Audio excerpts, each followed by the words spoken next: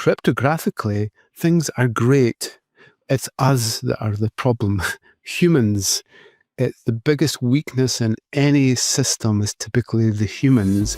Welcome to Shielded, the last line of cyber defense by PQ Shield, the podcast where we are moving the conversation around post-quantum cryptography from the why to the how. I'm Joe Lintzen, your host, and I'm here to guide you through the challenges, innovations, and solutions that will help your organization stay secure in the quantum era. Let's future-proof your defenses together.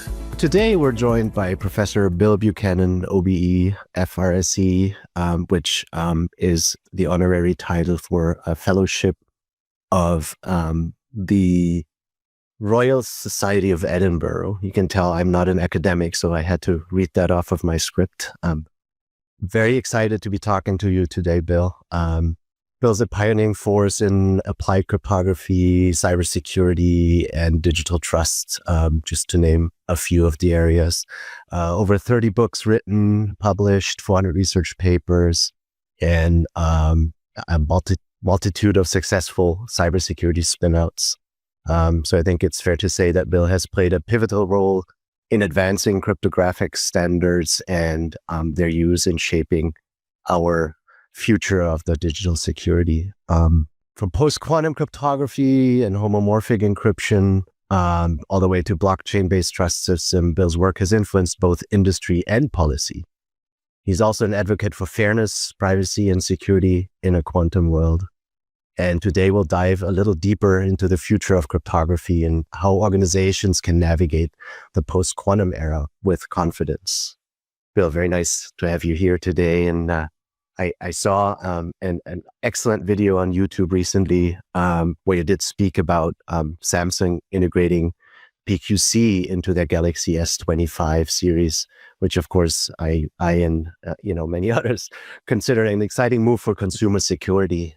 Before we dive into that, I would like to take a step back and maybe take you down memory lane a little bit. Of course, you've been working in cryptography for decades. I'd be curious to hear what first drew you to that field and what keeps you motivated day in and day out in this ever-evolving field of cryptography and cybersecurity. Okay, I've generally kept with the trends. So the trend really was from the 1970s where the transistor came along, the three-legged beast that we now have billions of them within every chip. So I saw the potential of the transistor and really I wanted to get into analog electronics and then digital electronics. And then data communications came along and really revolutionized our world. We went from switched circuits in telecoms networks to packet switched.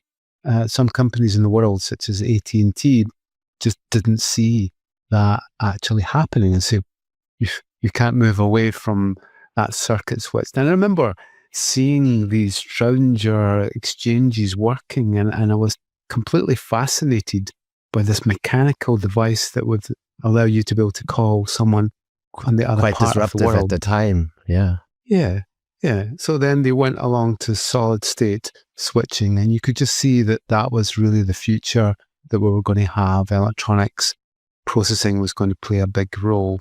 So I moved into digital electronics and then data communications came along and moved away from analog onto digital communications, PCM, pulse-coded modulation, and so on. And you can actually see this new world evolving. And then networking hit us. Obviously, DARPA happened, the internet happened. And at that time, really when it was first starting, people thought that this was just a little toy that you could play with. You could never do away with shopping malls. They are the place. And books, you could never do away with books. But some people obviously saw that potential of transforming our world with these digital systems. And it has. Every single part of our life has been changed. Our home life, our work life, everything that we do is now digitally focused and needs to increase. But one thing we didn't do is that we didn't do it properly. It's existed for 50 years, but we haven't properly integrated privacy, trust, and so on. In fact, some governments of the world actually wants to break what we're actually doing. So it's almost like taking us 50 years to evolve systems that finally, we can actually properly build integrated trust and security. So I read Bruce Snyder's book, I think it was Secret and Lies, or it might be another one, and he talked about public key encryption, and I was totally hooked. How could this magical thing that I can give you my padlock, and you can lock a box for me, and then I have the key that actually opens that padlock, and then I can distribute this padlock to anybody in the world, and I don't reveal the key at all. To me, that was like black magic. Whitfield Diffie and Marty Hellman came along and showed us how we could create secrets and exchange public versions of those and then end up with the same shared key. This is black magic that we're dealing with. This is like a magician saying that we can talk openly, but at the end of it, we have a secret, and not even Eve or Malloy can actually know that. And then when Rivest, Shamir, and Edelman came along in 1977 and created the RSA method, which is still used today extensively, then to me, that was the full picture. So I think it's that opportunity to bring together all these methods together. There's no magic bullet. One method works and you don't need the other methods. I love it because you need all of them to work together perfectly. So cryptographically, things are great. It's us that are the problem. Humans. It's the biggest weakness in any system is typically the humans. You see the hack that happened with Bybit recently, $1.4 billion of a hack from the North Korean Lazarus group. And how was it done? It was done by social engineering. We had a multi-sig approach. Multi-sig approach was great. We could have distributed signers. 3 people need to come together to digitally sign. And they had a cold wallet. And what was the problem? Us. We're always the problem. So the crypto methods are near perfect. They are right. It's just us that's a problem, and we don't understand. Our skills base is very low in this area. We need to bring on more engineers and more architects to really design systems properly. So I got into it and I loved it, and I still love it. And every day I learn something new. So does it feel a little bit to you like we're going full circle? Now, of course, with, quantum computers on the horizon, and like you pointed out, we've had a relatively stable situation with RSA and then later ECC, 50, 60 years of relatively stable cryptographic algorithms that we could rely on, which now potentially is not so much the case anymore if we look at the changes in what is deemed secure going forward, the changes that NIST is proposing with new standards and timelines of actually deprecating RSA by 2030, and thus forcing this entire digital infrastructure that, you rightfully said it, our whole digital life relies on to switch over, to migrate to new algorithms. And I think one of the terms that is being used very frequently in that whole discussion is cryptographic agility. And I think as a term, it is great, right? I mean, it's a state that, like you said, if we design our systems and architect our systems in such a way that they're cryptographically agile, we can perfectly address, at least on a technical level, those threats as they move, as they migrate. Given your experience and your background, how realistic do you think a truly crypto agile state can be in sort of the system environment as we face it today, between internet with billions of websites, apps connecting, critical infrastructure being more and more online and connected via IP addresses? How far away, how close can we get to this ideal state? And maybe what do you think are the biggest barriers in achieving a state that at least goes close to being cryptographically agile? That's a big question, and we're definitely not going full circle. We are going ahead we're getting better and better at it. If you see the recent debacle between Apple and the UK government, what happened there? What happened there was that the UK state wants to hold the keys for the files that are stored in the iCloud. But Apple say, we don't have them. We can't hand them over because they're on the user's device. We don't want to hold these keys. These keys are held on the user's device. So this is an end-to-end encryption. That's been solved. Everybody knows that that's fine. That's the right way. We can still break it, but let's not go there. End-to-end encryption is fine. We use WhatsApp, Signal, Telegram. The case is closed on that. That's what we use. It's when the files touch the cloud or a system and stored in the static form, that's where the issues come in. Because governments of the world have forever wanted to look at those files, quite rightly, in some cases, because they need to protect society and citizens against bad people. But most of us are good people, and we just store our photographs from our holidays and so on. So why do we have to be surveyed? So that's a major thing. And crypto wars have happened for many years. And Apple said, no, we're not doing it. We will withdraw the service, the ADS service, Advanced Data System Service or Advanced Data Service. And we're not doing it. Users trust us. I trust Apple. And I know that Apple's hardware is the best hardware typically around. And they said no. So there is also that tension that we have came 50 years and we've finally got to some solution. PKI isn't perfect, but at least it works. Blockchain in many cases is better because it doesn't rely on this flawed PKI infrastructure. So I think we've got to understand that there are models of crypto agility, and TLS is the best one.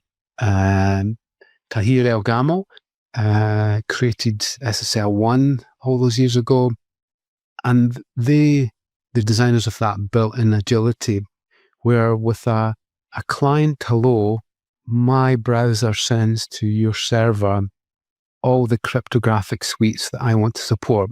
So I can't do AES, I'll have RC4, and I can't do Diffie-Hellman, but I can do elliptic curve Diffie-Hellman with this type of curve, and I can do RSA. So TLS is a perfect example of crypto agility that I offer you 20 suites, and you pick one with a client, with a server hello, you send me back the one that you want to use, and that's us. And what's happened is that we've deprecated, remove. And that's how we've been agile with TLS. The first versions of SSL were a disaster. It only got to version 3 before we kind of got it right. Because of the US embargo, and it goes back a long way, the first crypto wars, that the US embargo crippled SSL, which meant that the NSA could still possibly crack anything that went out on SSL. So we were faced with that. But basically SSL and TLS allows us to be able to keep migrating until we get something that's right. So these days, it's typically ChaCha20 or AES for your symmetric key. It's always elliptic curve Diffie-Hellman with P256 typically, and it's typically ECDSA or RSA.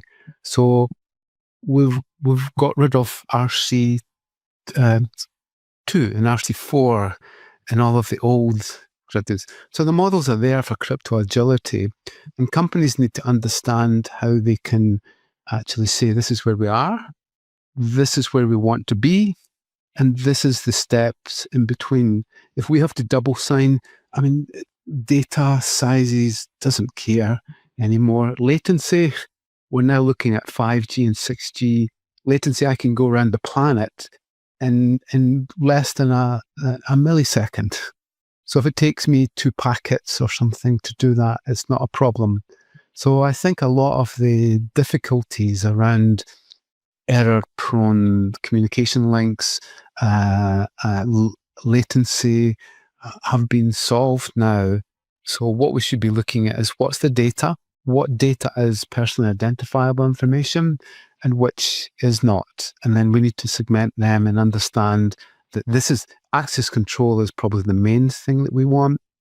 Why do I still use passwords? I think it's crazy that I go into my work and I've got to put in this long password that I never get right because I'm going to start a class in 5 minutes and trying to type it in.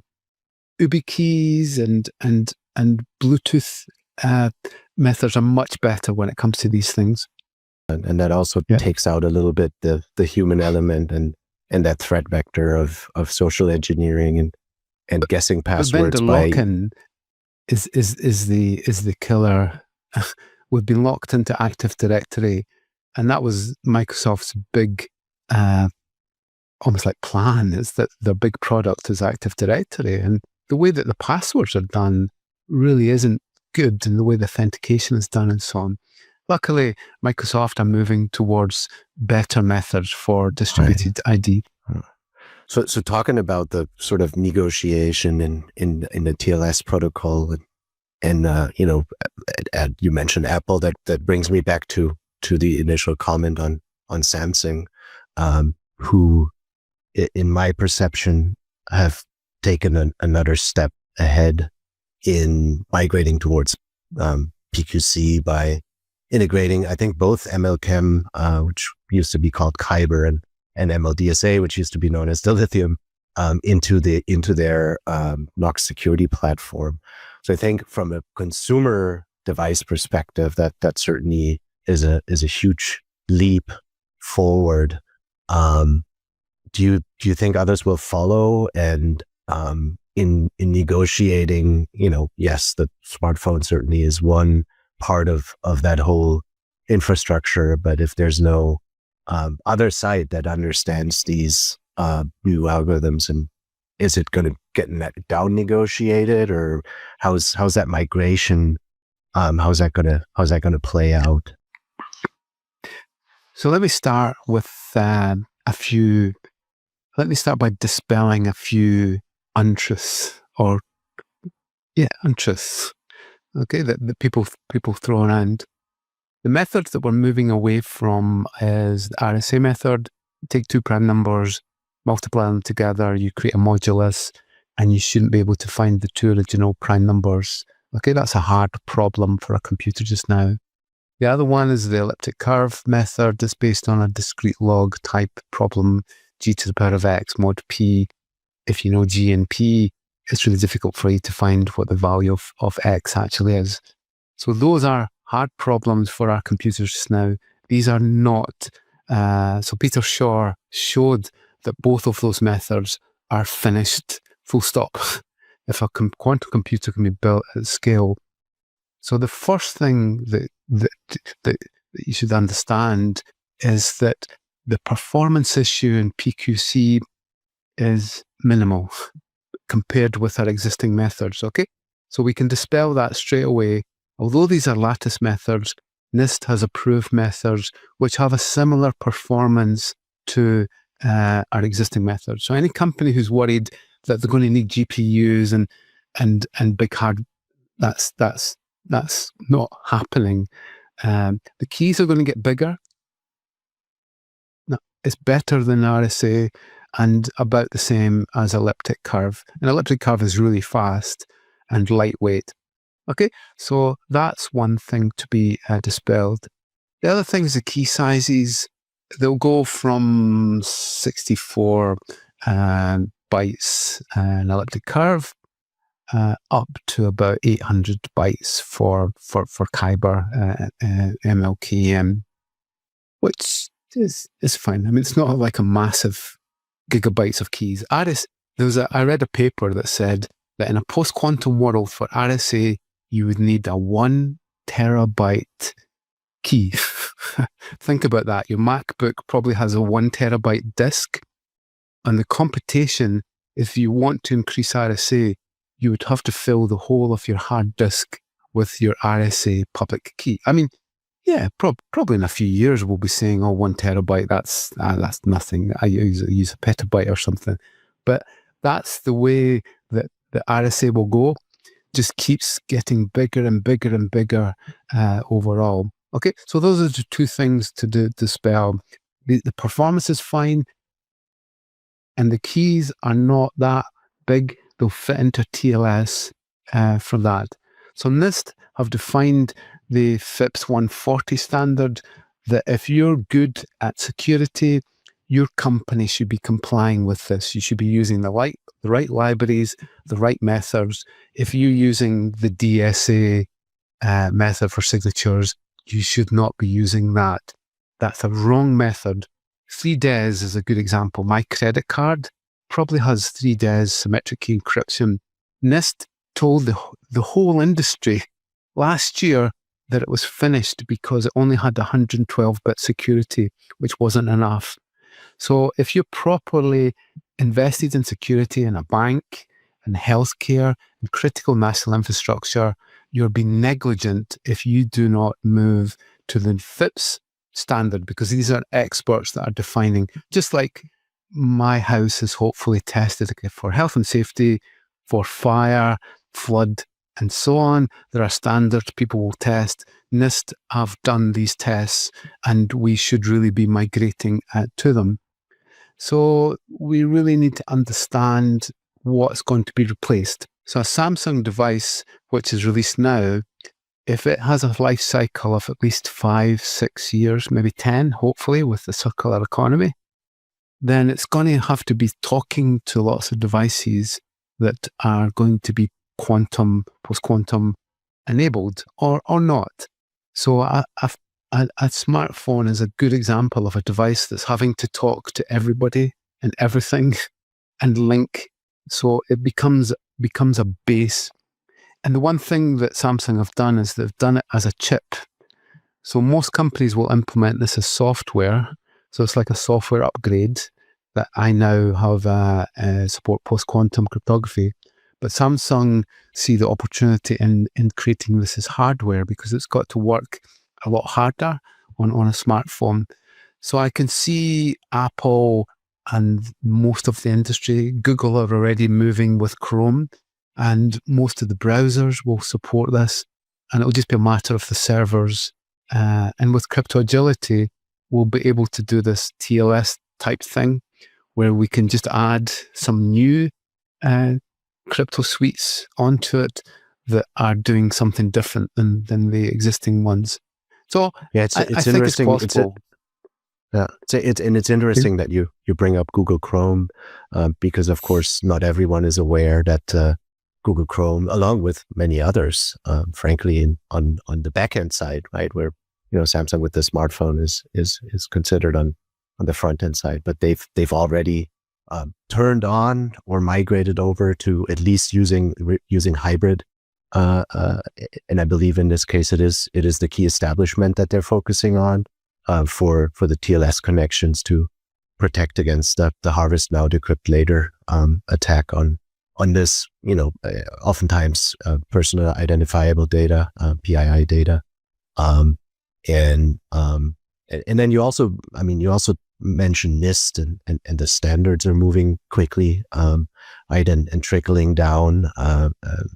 Even, you mentioned payments, financial industry has really woken up in 2025 is what we see and feel as we engage in the market.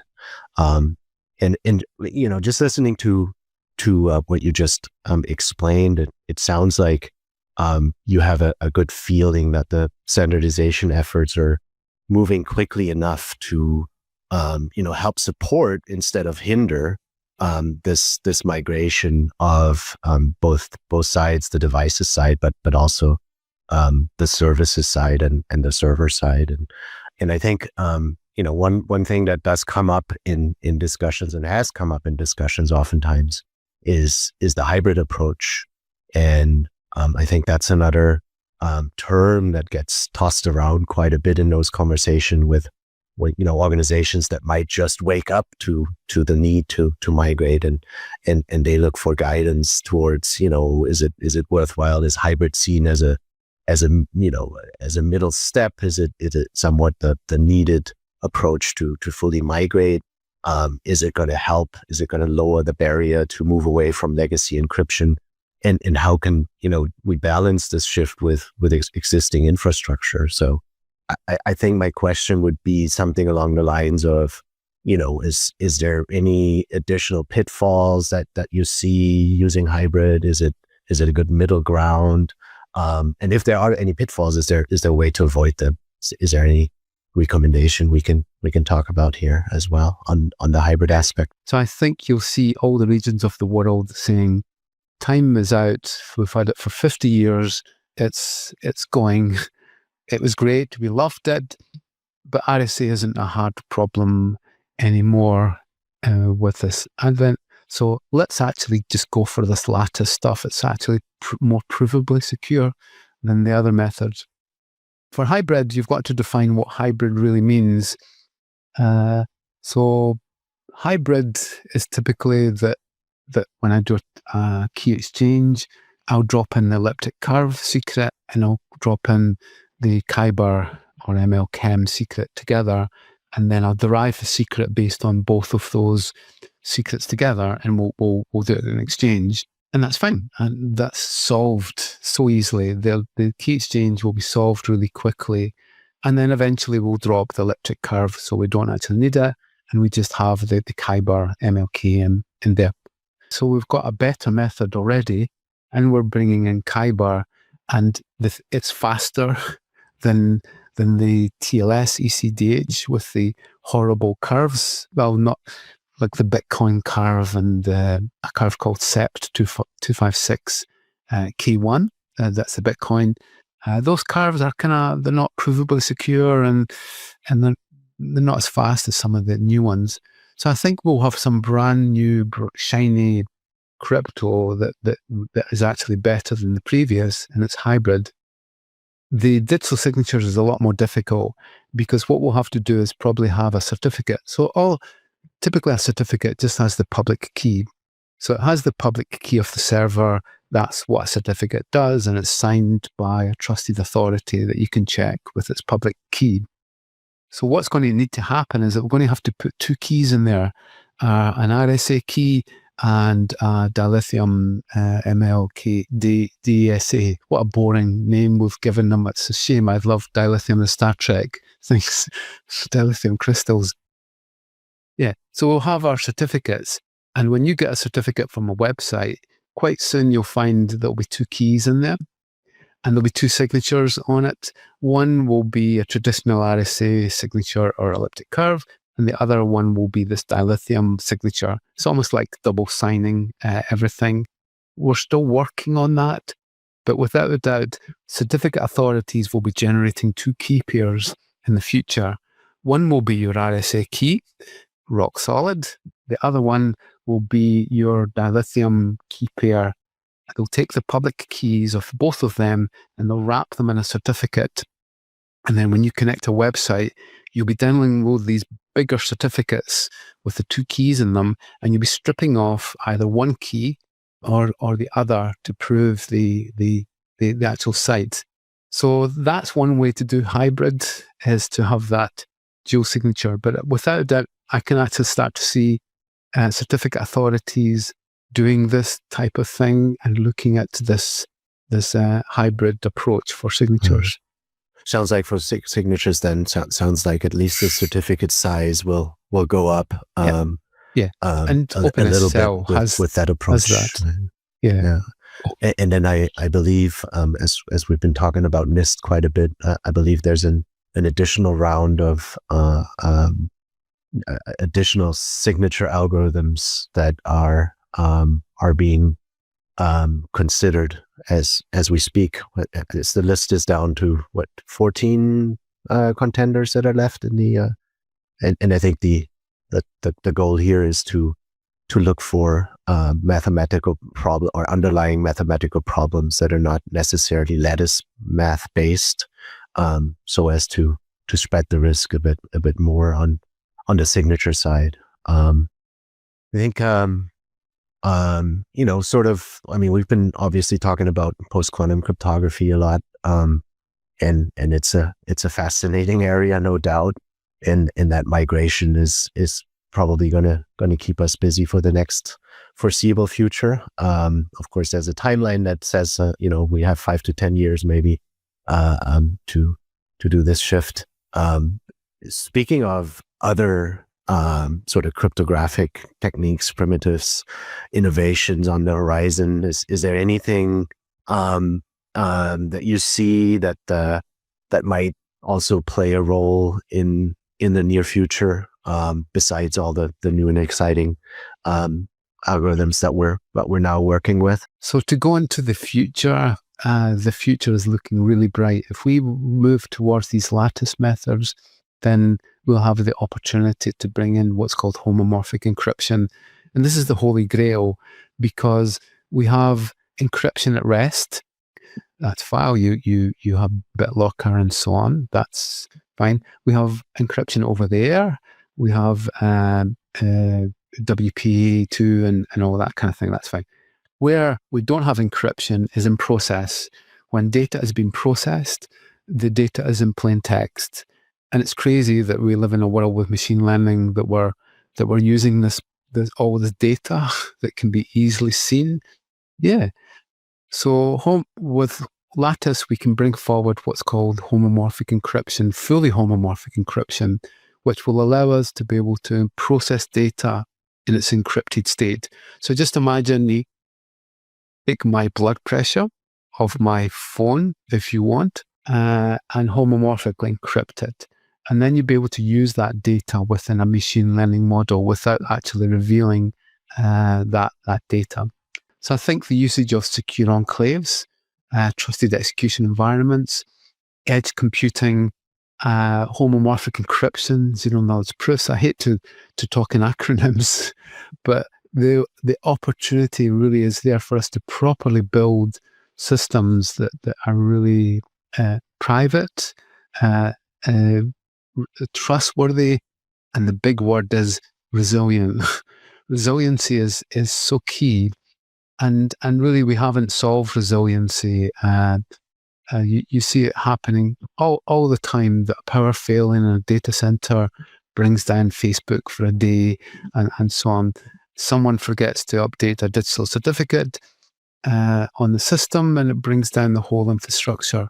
So resilience needs to be looked at, and we need to distribute our data and our services much more. So things like multi-party computation comes in there, where you can split tasks up.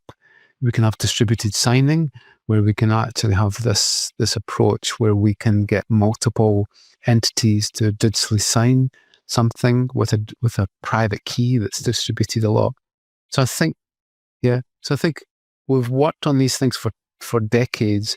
Cryptocurrency has pushed the envelope so much. If cryptocurrency has done one thing, it's really pushed forward privacy and the cryptography elements, because it had to. But I see all of these great things that have been created through cryptocurrency now being applied into the normal world. I should not have to reveal my password to anybody. I should provide you with a proof that I know my password, and that should be it. Yeah. Well, fantastic. I like a little optimism as we close out this conversation. I think additionally to what you laid out, maybe you can share, for organizations that are maybe just waking up, maybe just beginning their quantum readiness journey, what are sort of the 3 things they should be focusing on in the short term to get started on this long journey? I'd be curious to hear your take on that. So I think the first one is that really you need to properly design your systems as they should be, and you need to migrate towards something. And post-quantum cryptography will happen. If you're in finance, then you'll be forced to actually comply. So it's like any regulated industry, really, right? Yeah. In cybersecurity, the carrot typically doesn't work. Just by saying, "Oh, it's going to improve our passwords for citizens," that doesn't work. If it's a stick, the stick will typically work. And I think the EU will bring forward regulations to make sure that these things happen. And I think it's a good thing. And it maybe disrupts some of the big companies. They'll have to get their act together. So little companies, SMEs, will come in and disrupt them in their marketplace. Maybe Google might fall because they don't do post-quantum cryptography and a little company does. The second thing... Look at your data and design for real security, not just compliance, right? So that's right, yeah. So the second thing is that this is going nowhere unless we have skills. And the skills in this area are terrible. Even the certification, the CISSP and some of the other ones, they are thin and long.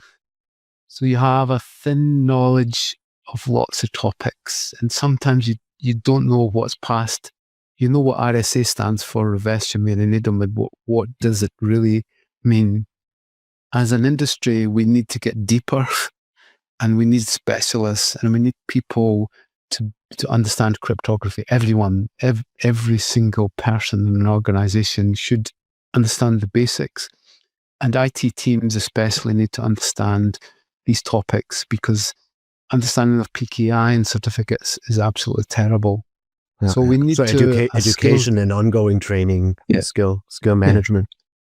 Yeah. We need more, and we need to become deeper. Like it or not, AI is coming along, and those level 1 SOC roles, for example, might be replaced by AI. So we need to become SOC 2 levels.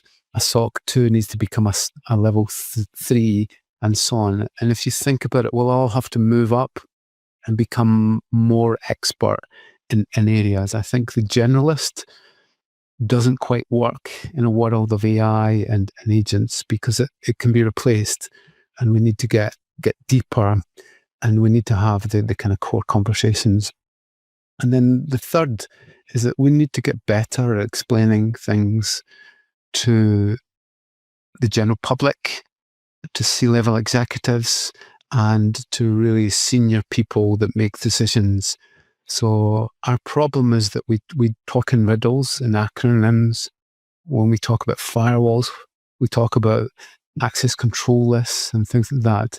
So we need to get better at articulating what it is. And you'll find some of the best researchers are really great at explaining really complex things in a simple way. So we need to knock on the door of politicians and say, look, we need to change.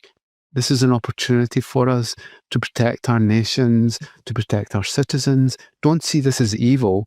See this as a good thing. So that would be my third thing, is that we need to get better at communicating our art and show people that it's a really interesting area, and it's exciting and interesting, and I mean, it's one of the best industries to be in.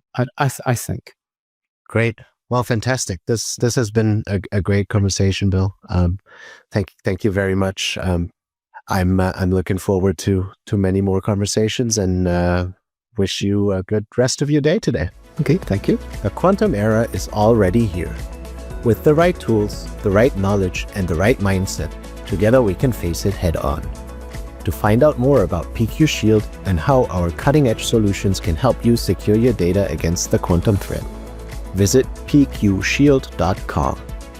Make sure to search for Shielded, the last line of cyber defense, in Apple Podcasts, Spotify, or anywhere else you get your podcasts. Don't forget to click subscribe so you never miss an episode. On behalf of the team here at PQ Shield, thanks for listening.